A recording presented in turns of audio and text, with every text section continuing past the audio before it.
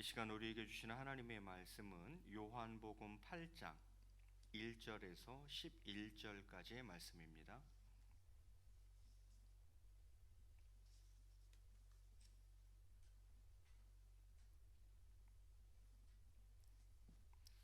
요한복음 8장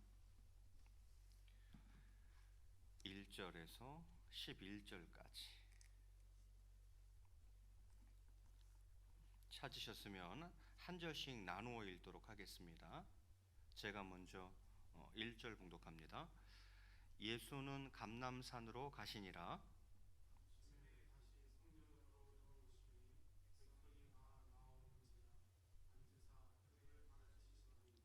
서기관들과 바리새인들이 음행 중에 잡힌 여자를 끌고 와서 가운데 세우고 예수께 말하되 선생이여 이 여자가 가늠하다가 현장에서 잡혔나이다. 모세는 율법에 이러한 여자를 돌로 치라 명하였거니와 선생은 어떻게 말하겠나이까? 그들이 이렇게 말함은 고발할 조건을 얻고자 하여 예수를 시험함이로라. 예수께서 몸을 굽히사 손가락으로 땅에 쓰시니 그들이 묻기를 마지 아니하는지라. 이에 일어나 이르시되 너희 중에 죄 없는 자가 먼저 돌로 치라 하시고 다시 몸을 굽혀 손가락으로 땅에 쓰시니 그들이 이 말씀을 듣고 양심의 가책을 느껴 어른으로 시작하여 젊은이까지 하나씩 하나씩 나가고 오직 예수와 그 가운데 섰는 여자만 남았더라. 예수께서 일어나사 여자 외에 아무도 없는 것을 보시고 이르시되 여자여 너를 고발하던 그들이 어디 있느냐 너를 정죄한 자가 없느냐. 함께 봉독합니다. 대답하되 주여 없나이다. 예수께서 이르시되 나도 너를 정죄하지 아니하노니 가서 다시는 죄를 범하지 말라 하시니라. 아멘. 할렐루야. 예, 반갑습니다. 예. 오늘은 요한복음 8장 말씀을 가지고 율법을 넘어 사랑으로라는 제목으로 함께 말씀의 은혜를 나누고자 합니다. 오늘 본문은 1절에 이렇게 시작되고 있습니다. 예수는 감람산으로 가시니라 이렇게 되어 있어요. 그리고는 이제 아침이 되는 거죠. 2절에 아침에 다시 성전으로 들어오시니 백성이 다 나아오는지라 앉으사 그들을 가르치시더니 이렇게 되어 있어요. 예수님께서 아침에 성전으로 들어가십니다. 그러자 막 백성들이 이제 그 앞으로 또 몰려들기 시작하시는 거예요. 그래서 예수님께서 그들을 이제 가르치시는데 바로 그 가르치고 있는 그 중에 오늘 사건이 발생하게 되어집니다. 3절에 보니까 이렇게 되어 있습니다. 서기관들과 바리새인들이 음행 중에 잡힌 여자를 끌고 와서 가운데 세우고 이렇게 되어 있어요. 누가요? 서기관들과 바리새인들이요. 그들이 누구를 잡아왔어요? 음행 중에 잡힌 여자를 끌고 왔어요. 그리고는 예수님이 그 무리들을 가르치고 있는데 거기다 한가운데다 그 여인을 턱 세워두는 거죠. 왜 그럴까요? 왜 재판정이 아닌 예수님께로 끌고 왔을까요? 그 음행 중에 잡힌 여자면 재판정으로 끌고 갈 일이지 왜 예수님께 끌고 왔고 그것도 가르치는 중에 그 한가운데다 여자를 턱 갖다 세워두냐 이 말이죠. 그 이유는 계속 보다 보면 이제 나옵니다. 그러면서 그들이 4절에 보니까 예수께 말하되 선생이여 이 여자가 간음하다가 현장에서 잡혔나이다. 모세는 율법에 이러한 여자를 돌로 치라 명하였거니와 선생은 어떻게 말하겠나이까 이렇게 이야기를 합니다. 이 여자는 간음하다 현장에서 잡혔어요. 모세 율법에 따르면 어떻게 하라고 되어 있습니까? 이런 여자는 돌로 치도록 그 자리에서 돌로 쳐 죽이도록 그렇게 되어져 있죠. 그럼 당신은 이것에 대해서 어떻게 말하겠습니까? 이렇게 이야기를 합니다. 자, 그들이 이 여인을 재판정으로 데려가지 않고 예수께로 끌고 온 이유가 무엇일까? 그 이유가 바로 6절에 나와 있습니다. 우리 6절 말씀은 같이 읽겠습니다. 6절 시작. 그들이 이렇게 말함은 고발할 조건을 얻고자 하여 예수를 시험함이로라. 예수께서 몸을 굽히사 손가락으로 땅에 쓰시니 되어 있어요. 그들이 이 여인을 재판정으로 끌고 가지 않고 예수님께 끌고 온 이유가 뭐랍니까? 예수를 시험하는 거예요. 뭔가 고발할 조건을 얻고자 예수를 시험하려고 하는 거죠. 다시 말해서 덫을 놓으려고 그러는 겁니다. 함정을 파고 있는 것이죠. 그러자 예수님께서 어떻게 합니까? 아무런 대꾸가 없어요. 이 여인을 어떻게 처리해야 된다? 당신의 사견을 밝히지 않습니다. 그리고는 몸을 굽혀서 손가락으로 땅에 뭔가를 쓰시고 계십니다. 뭘 썼는지는 모르겠습니다. 그런데 어쨌든 예수님은 몸을 굽혀서 손가락으로 땅에 쓰고 계십니다. 그러자 7절에 그들이 계속 재촉하는 거죠. 7절에 뭐라 그럽니까? 그들이 묻기를 마지 아니하는지라 계속 요구했다 이 말이죠. 당신은 이에 대해서 어떻게 얘기할 겁니까? 어떻게 얘기할 겁니까? 계속 그렇게 독촉했다라는 거죠. 그러자 이제 손가락으로 땅에 글씨를 쓰던, 몸을 굽혀 손가락으로 땅에 글씨를 쓰던 예수님이 어떻게 하십니까? 7절 중반절에 이에 일어나 이르시되 너희 중에 죄 없는 자가 먼저 돌로 치라 이렇게 이야기를 합니다. 너희 중에 죄 없는 자가 그럼 먼저 돌로 쳐라 얘기를 해요. 그리고는 다시 몸을 굽혀서 손가락으로 땅에 또 무엇인가를 쓰십니다. 무엇을 쓰셨는지는 정확하게 알 수 없지만 예수님의 이 말씀, 너희 중에 죄 없는 자가 먼저 돌로 치라, 그리고 이 말씀 앞뒤로 땅바닥에 무엇인가를 쓰셨는데 그 일로 인해서 그 무리들이, 군중들이 반응하기 시작합니다. 9절 말씀에 그들이 이 말씀을 듣고 양심의 가책을 느껴 어른으로 시작하여 젊은이까지 하나씩 하나씩 나가고 오직 예수와 그 가운데 섰는 여자만 남았더라 이렇게 되어 있어요. 그들이 예수님의 이 말씀에 너희 중에 죄 없는 자가 먼저 돌로 치라라는 이 말씀을 듣고 양심의 가책을 느끼기 시작했다는 거예요. 그들의 양심에 막 파도가 일기 시작한 거죠. 그래서 어른부터 시작해서 젊은이까지 하나 둘씩 떠나가는 그 현장을 떠나가기 시작합니다. 다 떠나가고 이제 남은 사람은 예수와 그 여인밖에 없었다 이렇게 성경이 말씀하고 있습니다.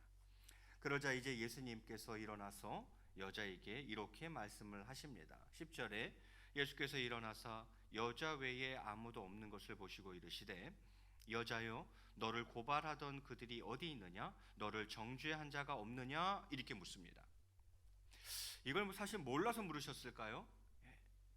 여자여 너를 고발하던 그들이 어디 있느냐? 너를 정죄한 자가 없느냐? 몰라서 물은 게 아니겠죠. 여인의 입장을 생각해 보면 간음하다가 음행 중에 잡힌 여자예요. 간음하다가 현장에서 잡힌 여자입니다. 그녀에게는 수치심이 있었을 것이고 또 이제 돌에 맞아 죽게 생긴 거죠. 두려움이 있었을 거예요. 예수님은 그 여인의 수치와 두려움들을 해결해 주고 있는 거죠. 그러나 거기서 멈추지 않고 예수님은 그녀에게 회개를 촉구하고 있는 것입니다. 이건 몰라서 하는 질문이 아니라는 거죠.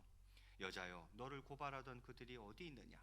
너를 정죄한 자가 없느냐라는 이 질문은 사실 여인의 수치심과 두려움을 해결해 줄 뿐만이 아니라 궁극적으로 그 여인에게 회개를 촉구하는 주님의 질문이었던 것입니다. 그러자 여인이 대답합니다. 11절에 대답하되 주여 없나이다. 이 여인은 예수님을 주라고 부르고 있어요. 아까 서기관들과 바리새인들은 뭐라고 불렀는데 선생이요, 선생이요. 당신은 이 일에 대해서 뭐라고 말하겠습니까? 선생이라고 불렀는데 이 여인은 예수님을 향해서 주라고 부르고 있어요. 주여 없나이다. 그러자 예수님이 이제 마무리하십니다. 예수께서 이르시되 나도 너를 정죄하지 아니하노니 가서 다시는 죄를 범하지 말라 이렇게 말씀하십니다. 저는 오늘 이 본사건을 통해서 여러분과 몇 가지를 같이 묵상해 보려고 합니다. 먼저는 일단 이 딜레마라는 거죠. 여러분 음행 중에 잡힌 여인, 간음하다가 현장에서 잡힌 여자예요. 율법에 의하면 돌로 쳐 죽여야 합니다. 자, 그런데 예수님께서 여인을 율법에 따라 돌로 치라고 명하면 그럼 무슨 문제가 발생합니까? 사랑이라는 예수님의 그 가르침과 상반되게 되는 거죠. 지금까지 계속 예수님 뭐 얘기하셨어요? 사랑, 사랑, 사랑, 사랑 얘기하셨는데 이 여인을 모세 율법에 따라서 그냥 돌로 치라라고 그렇게 명령을 해버린다면 평소에 말씀하신 사랑에 대한 가치가 훼손될 수 있죠. 야, 뭐 말로는 맨날 사랑 사랑 하더니만 저거 봐, 돌로 쳐 죽이랜다. 예수님을 따르지 않을 거예요. 또 반대로 용서해주고 놓아줘라, 용서하고 놓아줘라 이렇게 명령을 한다면 뭐가 문제가 되는 거죠? 율법을 파기하는 자가 되는 거죠. 여러분 모세의 율법이 규정하고 있는 바인데 그 모세의 율법을 어기는 일이 된다 이 말이에요. 그러면 유대인들이 예수님을 어떻게 하겠어요? 고소하겠죠. 저 사람 모세의 율법을 어겼어. 그러면서 고소를 당하게 될 것이에요. 그러니까 예수님 입장에서는 뭐예요? 이러지도 저러지도 못하게 만들려고 했던 거예요. 바로 이것이 서기관들과 바리새인들의 작전이었습니다. 덫을 놓는 거죠. 함정을 파는 거예요. 시험하려고 하는 것입니다. 자, 이러지도 저러지도 못하는 상황 속에서 예수님께서 하신 말씀은 너희 중에 죄 없는 자가 먼저 돌로 치라라는 말씀으로 이 사건을 풀어나가고 있죠. 저는 오늘 본문을 통해서 여러분과 세 가지를 한번 깊이 묵상해 봤으면 좋겠어요. 첫 번째는 무엇이냐면 율법의 사용 용도예요. 율법의 사용 용도. 여러분, 율법, 하나님의 말씀이죠.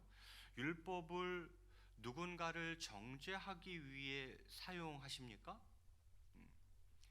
율법은 타인을 정죄하기 위해 주어진 것이 아닙니다.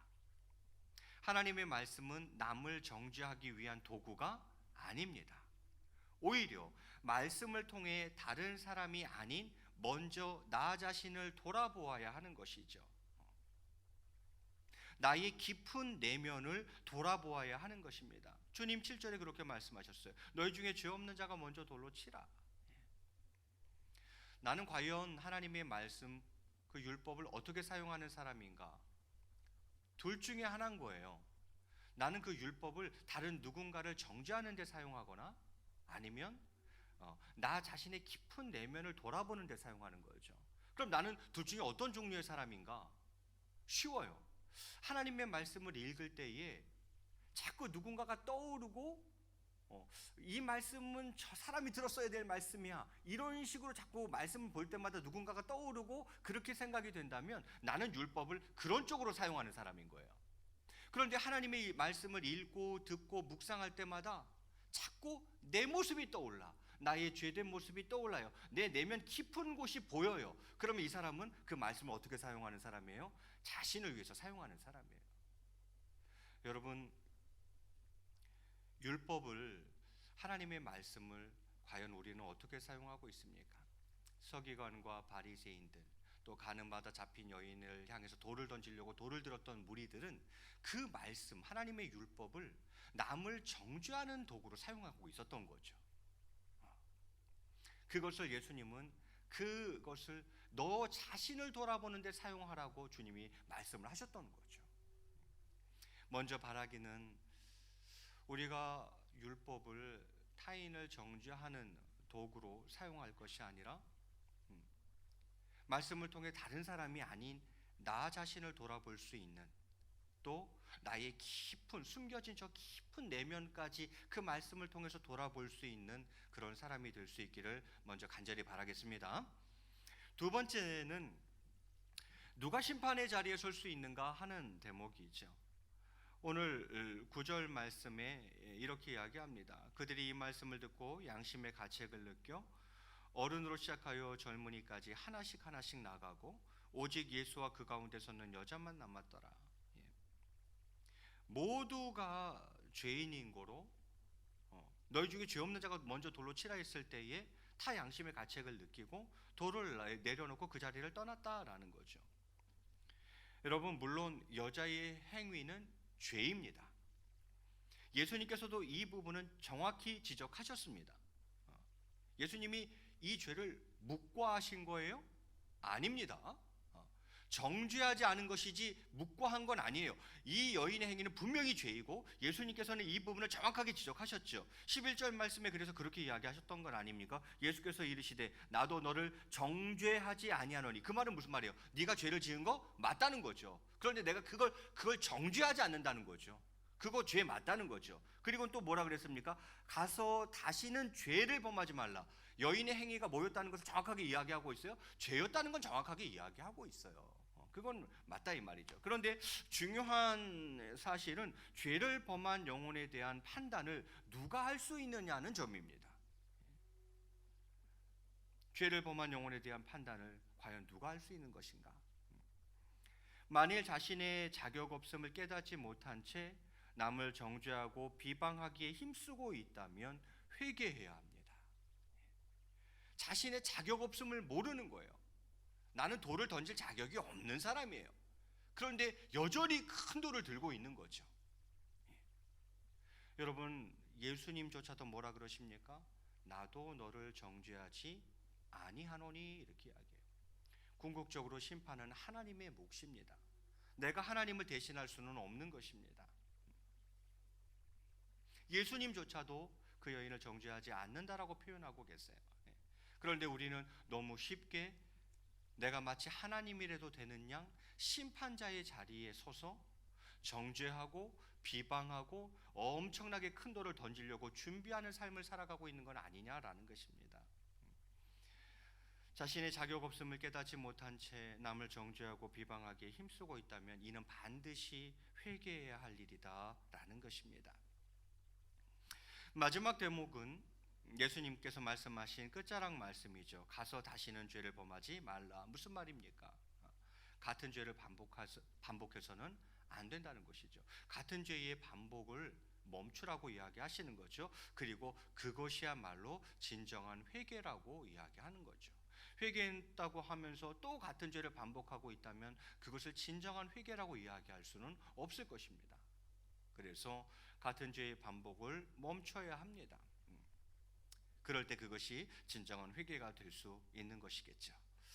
오늘 본문을 통해서 저는 몇 가지를 묵상했는데요. 정리하면 그렇습니다. 나는 하나님의 말씀을 어떻게 사용하는 사람인가? 율법의 사용 용도. 그걸 나는 주로 나한테 그 말씀을 사용하는 자인가? 그 말씀을 자꾸 다른 사람한테 사용하는 사람인가? 나한테 사용하는 사람은 그 말씀을 읽고 듣고 묵상할 때 누가 자꾸 떠오른다고요? 내가 떠올라요. 내 모습이 떠오르고 내 내면이 떠오르고 숨겨진 죄악들이 떠올라요. 그 사람은 하나님의 말씀을 나를 위해 사용하는 사람이에요. 그런데 하나님의 말씀을 읽고 말씀을 듣고 묵상할 때 자꾸 누군가가 머릿속에 떠올라요. 이 말씀 그 사람이 들었어야 되는데. 이렇게 반응이 나온다면 나는 율법을 대체적으로 나를 위해 사용하는 것이 아니라 다른 사람을 정죄하는 데 사용하는 스타일의 사람인 거죠. 그래서 우리의 모습을 한번 꼭 돌아보았으면 좋겠고요. 두 번째는 누가 심판 자리에 설 수 있는가? 오직 하나님만이 궁극적으로 심판자이실 수 있다라는 것입니다. 나는 자격 없음을 늘 깨달아야 되는 것입니다. 그런데 내가 자격 없는 자임을 알지 못하고 여전히 누군가를 향해서 돌을 던지려고 묵직한 돌을 들고 아직도 서 있다면, 남을 자꾸 정죄하고 비방하기에 힘쓰고 있다면 그것은 내가 하나님이 된 것이요 내가 심판자의 자리에 앉아 있는 꼴이 되는 것입니다. 돌을 내려놓아야 하는 것입니다. 오늘 우리는 예수님의 모습을 묵상하였습니다. 예수님은 지금 어떤 모습을 보여주고 있습니까?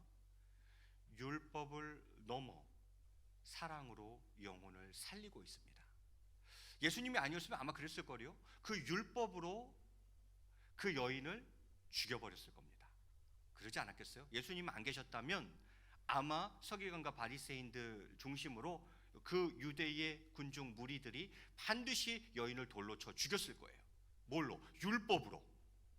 그런데 예수님은 지금 어떻게 하고 있어요? 그 율법을 넘어 사랑으로 영혼을 살려내고 있다라는 거죠. 이게 예수님의 모습인 거죠.